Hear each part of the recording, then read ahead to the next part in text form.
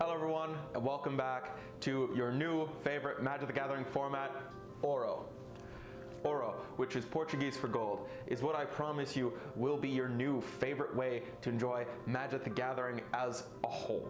Oro is an eternal format that offers you a seasonal release and turn 0 basic lands. Now all of these things culminate together to make Oro a unique format different from any other. Being an eternal format means that when cards enter the format, they do not automatically leave after a certain time, such as they would in Standard or in Brawl.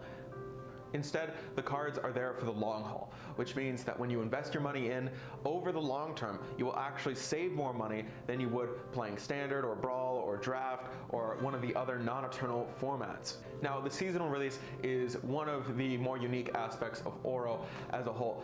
Being a seasonal release game means that what happens is, instead of having sets that release and enter the format like you would see in the vast majority of other formats, instead what happens is at the end of a 3-month period, or at the beginning of a 3-month period I should say, you will see a group of cards being released in the format. These cards were hand-picked and were tested by the rules committee for balance, for diversity, and to make sure that they actually are good for the format and healthy, that they don't warp the format around them. Like, let's say Oko would, or Hogak, or Astrolabe, or Urza.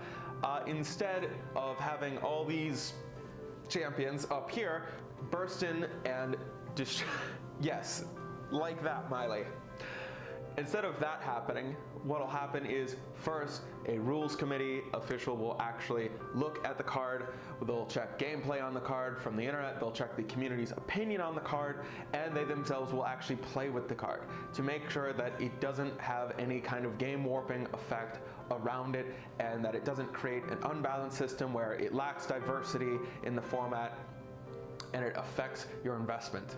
Now, the last key feature of Oro is the fact that we have turn 0 basic land drops.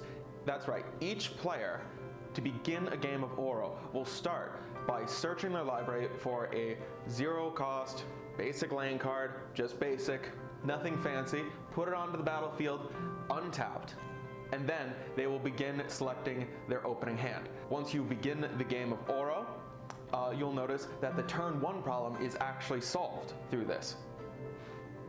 The turn 1 problem is a problem that a lot of professional players will actually point out to you.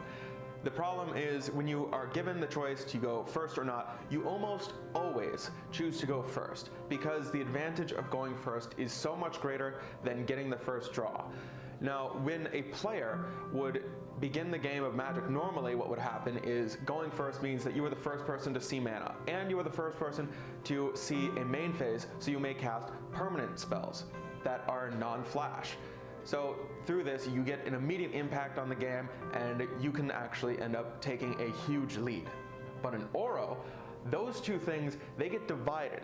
One player gets the first main phase, while the other player gets the first untap phase. How this is broken down is the player that is choosing to go first will of course have that automatic land on the battlefield right there for them. Now the other player will also have their land available to them.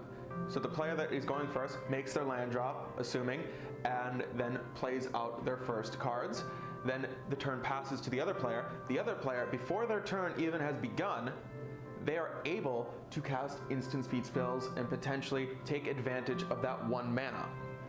So then they get to untap, make their land drop, and now the player who has gone first sees 2 mana, the player who's gone second has seen 3. So when choosing whether to go first or second depends on whether your deck has a high enough ratio of instant speed spells, or whether your deck prefers to have the ability to cast main phase spells or sorcery speed spells during their main phase. Would you prefer 3 mana, or would you prefer the ability to have the main phase first? A non-rotating eternal format, seasonal releases, and turn 0 land drop. This is what makes Oro so great, and this is what will make Oro your new favorite game. If you know someone that has just recently left Magic because they don't like the format that they're currently in, suggest to them that they try Oro to get them back in. So that way they can keep playing Magic and keep enjoying the game that you, I, and them actually do enjoy. If you would like to check out Oro, check the Discord link down below, check out the subreddit, or check us out on Patreon if you'd like to support me directly and the format. Thank you for watching, and go play some Magic.